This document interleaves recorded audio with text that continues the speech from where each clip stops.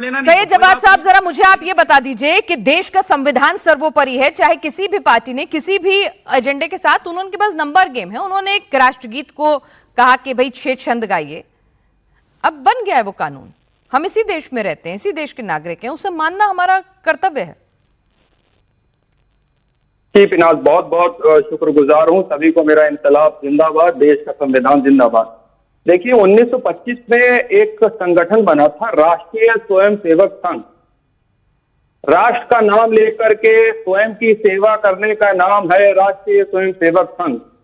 जब जब ये राष्ट्र का नाम ले तब तब समझ लीजिएगा ये अपनी सेवा करवाना चाहते हैं राष्ट्र का नाम ले लेकर के। और वंदे मातरम को लेकर के अभी बड़ी डिबेट चर्चा में आई, तो मैं कई बार पूछ चुका हूं, ये आरएसएस के लोगों ने पहली बार वंदे मातरम शाखा में कब गाया था? 1925 के अंदर। अनरजिस्टर्ड ऑर्गेनाइजेशन आज भी चल रही है, तो ये देश के हित में काम करने वाले लोग हैं। आपका ऑफिस होगा, उसका रजिस्ट्रेशन हुआ होगा। सैयद जवाद साहब, आज मैं रजिस्ट्रेशन के ऊपर हमने आप और मैं उस डिबेट में शामिल थे। जब प्रियंक खड़गे जी ने सवाल किए थे, मैंने पूरी अच्छी डिबेट की थी, है ना, और आपको भी पूरा बोलने का मौका दिया था। कानून के जानकार भी उसमें मौजूद थे। रजिस्ट्रेशन कराना क्यों अनिवार्य नहीं, सारी बातों के जवाब हुए थे। So can we just come back to the point. Syed Jawad से मैं ये पूछ रही हूं, क्या बतौर हिंदुस्तानी एक राष्ट्रभक्त आपको राष्ट्रगीत गाने में पूरा कोई दिक्कत है जब वो कानून बन चुका है? नंबर दूसरी बात, क्या कांग्रेस इस तरह से अभी कह रही है कि जेल में डाल दो, 2 छंद ही गाएंगे, क्या जानबूझकर अपीजमेंट पॉलिटिक्स कर रही है?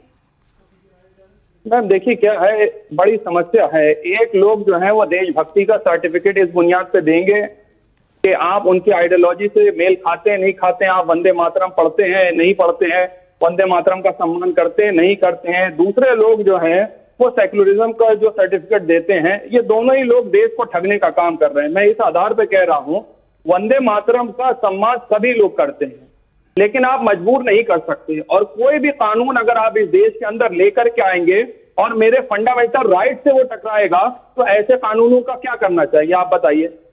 मेरे फंडामेंटल राइट्स है, आर्टिकल 25, 26, 27, 28, ये मुझको अधिकार देता है कि मैं क्या खाऊंगा, क्या पहनूंगा, किसकी उपासना करूंगा नहीं करूंगा। मेरे धर्म के आपको किसी दूसरे धर्म की उपासना करवाई जा रही है? मैं ये पूछ रही हूँ, अपने देश की उपासना और किसी दूसरे धर्म की उपासना, दोनों में अंतर है। मुझे लगता है तिरंगे के लिए जो भावनाएं मेरे दिल में धड़कती होंगी जवाद साहब, वही आपके में धड़कती होंगी। मुझे नहीं लगता कि किसी को देशभक्ति का सर्टिफिकेट बांटने की जरूरत है। मुझे पिनाज मुझे आपकी देशभक्ति का भी सर्टिफिकेट नहीं चाहिए। और मैंने कहा ना कि किसी को नहीं चाहिए, ना मुझे आपकी ना आपकी, वही मैंने कहा, यही बोला। अच्छे सुनिए। लेकिन आपने जब तिरंगे की बात करी तो सर्टिफिकेट उनसे लेना चाहिए जिन्होंने 52 साल तक इस देश के तिरंगे का सम्मान नहीं करा, उसको एक्सेप्ट नहीं करा। उनके लिए क्या कार्रवाई होगी? सर उसमें भी पूरी एक्सप्लेनेशन है कि कानून क्या कहता था। बहरहाल हमारे साथ अनंत विजय जी भी जुड़े हुए हैं।